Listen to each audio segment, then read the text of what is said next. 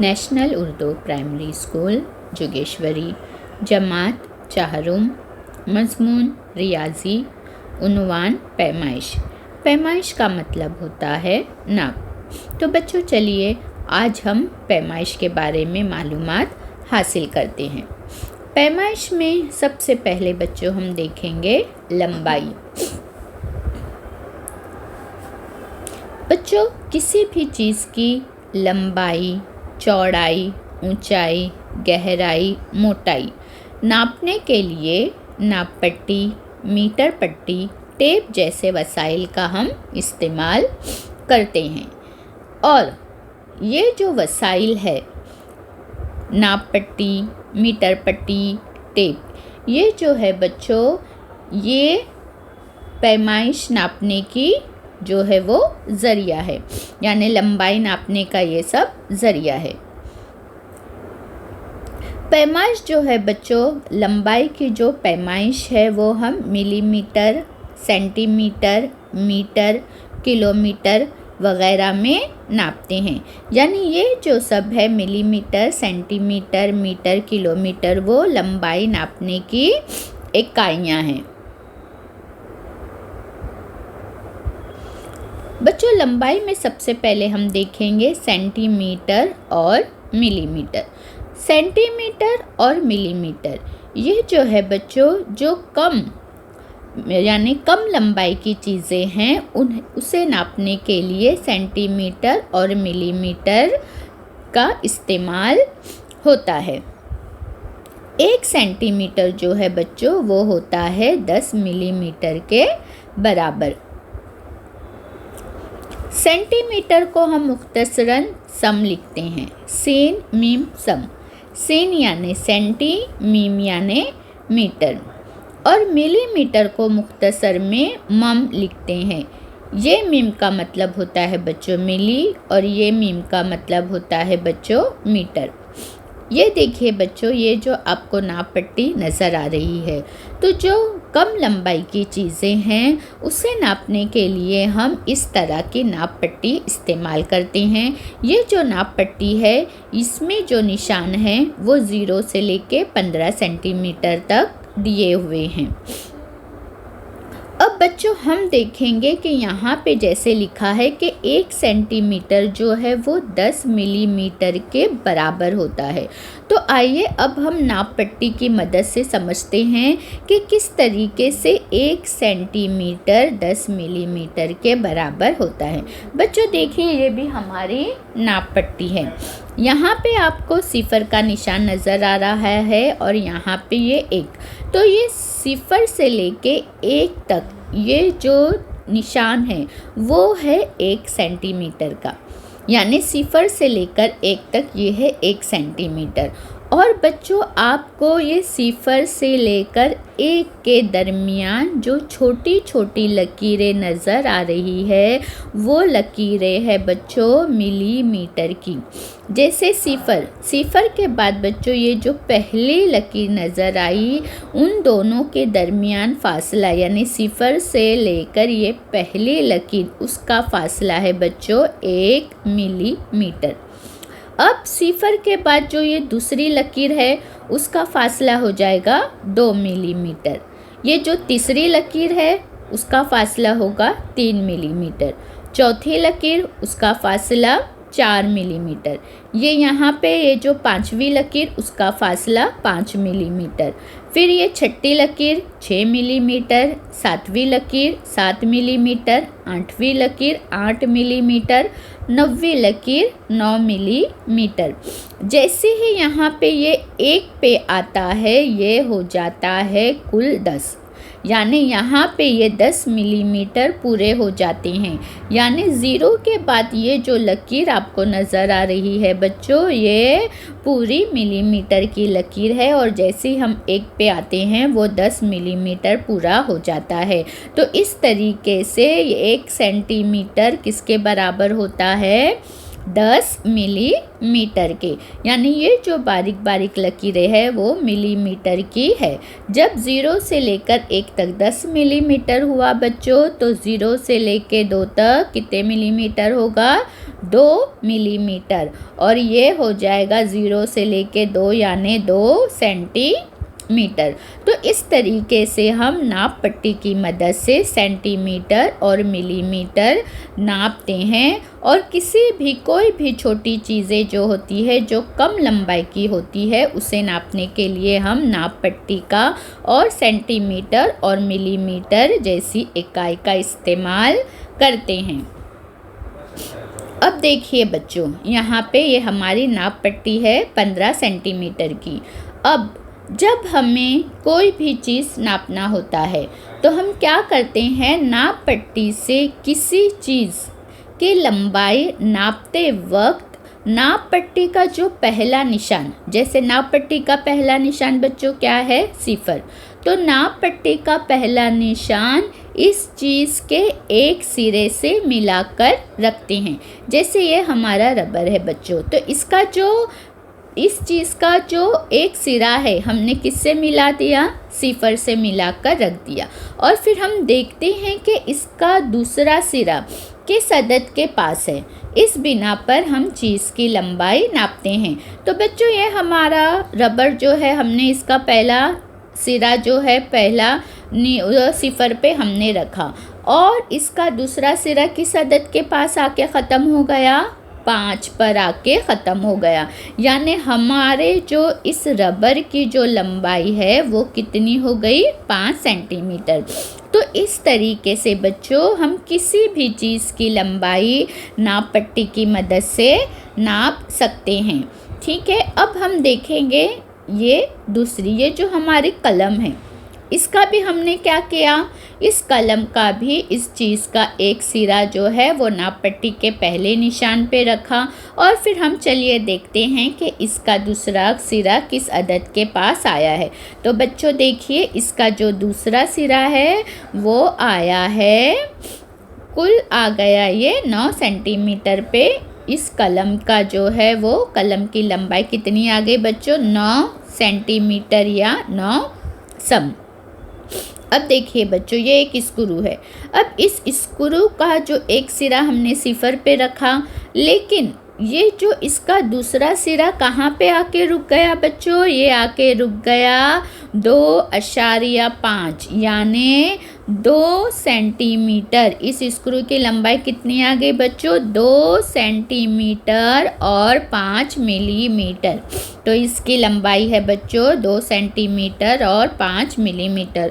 तो इस तरीके से बच्चों हम किसी भी चीज़ की लंबाई नाप पट्टी की मदद से नापते हैं। ये जो है चीज़ें नाप पट्टी की मदद से चीज़ें नापने का तरीका है। नीचे दिए हुए हर ख़त की लंबाई नापिए और इसे मिलीमीटर में तहवील कीजिए।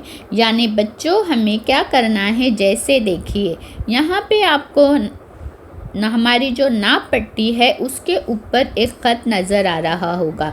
तो हमें पहले इस ख़त की लंबाई नापना है और नाप कर इसे किस में तहवील कीजिए, यानी तब्दील कीजिए, बदलिए। तो हमें क्या करना है, इसे ये सेंटीमीटर में है, हमें इसे मिलीमीटर में बदली करना है। तो अब देखिए बच्चों, सबसे पहले हम इसकी लंबाई देखते हैं इस ख़त की। तो इस ख़त की लंबाई है 2। देखिए 0 पे इसका पहला सिरा है और इसका जो दूसरा सिरा कहाँ पे आ गया इस ख़त का, 5 पे। तो इसका इस ख़त की लंबाई हो गई बच्चों 5 सेंटीमीटर। ठीक है, अब हमने क्या देखा, इस ख़त की लंबाई 5 सेंटीमीटर हो गई। एक सम हमने देख चुके हैं कि एक सम बराबर कितना होता है, 10 मिलीमीटर। तो बच्चों अब हमें इस 5 सेंटीमीटर को मिलीमीटर में तहवील करना है, यानी तब्दील करना है, बदलना है। तो हम क्या करेंगे, हम बच्चों ये जो 5 सेंटीमीटर है इस 5 को हम 10 से ज़रब देंगे, तो यानी ये हमारा जो है सेंटीमीटर मिलीमीटर में बदल जाएगा। यानी 5 ज़रब 10, ये 5 सेंटीमीटर का 5 और हमें किस में बदलना है, मिलीमीटर में। तो 5 को हम 10 से ज़रब देंगे तो हमारा आ गया 50 मिलीमीटर। यानी जो हमारा सेंटीमीटर था तो हमने क्या किया, मिलीमीटर में बदलने के लिए 1 सेंटीमीटर 10 मिलीमीटर होते हैं, इसलिए 5 को हमने 10 से ज़रब दिया, हमारा आ गया 5 मिलीमीटर। अभी देखिए बच्चों क्या है कि हर ख़त की लंबाई सेंटीमीटर और मिलीमीटर में नापिए और लिखिए। यानी बच्चों जो ख़त दिए हुए हैं उसकी लंबाई हमें सेंटीमीटर और मिलीमीटर में देखना है और लिखना है। जैसे ये ख़त यहाँ पे शुरू हुआ, इसका पहला सिरा हमने 0 पे रखा। अब देखते हैं कि इसका दूसरा सिरा किस अदद के पास है। तो बच्चों इसका दूसरा सिरा जो है वो 3 अशारिया यानी 3 पूरा होके आगे 5 मिलीमीटर पर है। ये जो ख़त है वो 3.5 3 सेंटीमीटर पूरा और ऊपर कितना मिलीमीटर, 5 मिलीमीटर। यानी बच्चों इस ख़त की लंबाई है 3 सम और 5 मम, यानी 3 सेंटीमीटर और 5 मिलीमीटर। अब बच्चों देखिए ये हमारा दूसरा ख़त है, यहाँ पे हमने 0 पे रखा और फिर ये आ गया आगे 5 पूरा है, 5 सेंटीमीटर और 5 मिलीमीटर। अब हम देखेंगे बच्चों किलोमीटर का तारुफ। अभी तक हमने सेंटीमीटर और मीटर के बारे में पढ़ा। बच्चों अब हम पढ़ेंगे किलोमीटर का तारुफ, यानी किलोमीटर यानी क्या। देखिए बच्चों आपको ये बस नज़र आ रही है और यहाँ पे बस के बाजू में ही एक पत्थर दिया हुआ है, ठीक है। तो इस पत्थर पे क्या लिखा हुआ है, 17-25 किलोमीटर। बच्चों जब आप बस से या मोटर से सफ़र करते होंगे तब सड़क के किनारे आपको निशाने राह के पत्थर इस तरीके से देखने मिलते होंगे, है ना। अब यहाँ पे क्या लिखा है बच्चों के 17 कितने किलोमीटर बता रहा है, 25 किलोमीटर। यानी इसका मतलब ये है कि बच्चों ये जो 17 गांव हैं वो 17 गांव इस निशान से यानी इस पत्थर से 25 किलोमीटर के फासले पर है। अब किलोमीटर यानी क्या, 25 तो हमें समझ में आया, लेकिन किलोमीटर यानी क्या। तो बच्चों किलो का मतलब होता है बच्चों 17 कितना है, 25 किलोमीटर। और ये जो लफ्ज़ किलो आपको बच्चों दिखाई दे रहा है तो लफ्ज़ किलो के मानी होते हैं 1000। ये जो किलो है बच्चों किलो, तो किलो के मानी होते हैं 1000। अब यहाँ पे क्या लिखा हुआ है कि 17 कितने किलोमीटर है, 25 किलोमीटर। अब 1 किलोमीटर यानी कितना, लफ्ज़ किलो यानी कितना, 1000।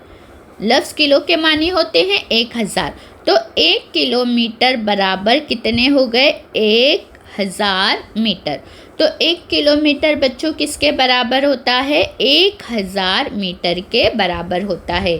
इसलिए इस पत्थर पर लिखा हुआ जो फासला है 25 किलोमीटर, तो 25 यानी 25 किलो यानी 1000। हमने देखा ना कि किलो यानी 1000, तो 25,000 मीटर यानी ये जो फासला है 17 का वो 25,000 मीटर पर वाक़ है 17 गांव। बच्चों बड़े फासले मीटर से नापना जो है वो सहूलत बख्श नहीं होते, इसलिए बड़े फासले नापने के लिए हम किलोमीटर की इकाई इस्तेमाल करते हैं। जैसे इससे पहले हमने देखा कि किसी भी छोटी चीज़ की जो इकाई है, लंबाई है, हमने वो बच्चों नाप पट्टी से नापी थी, ठीक है।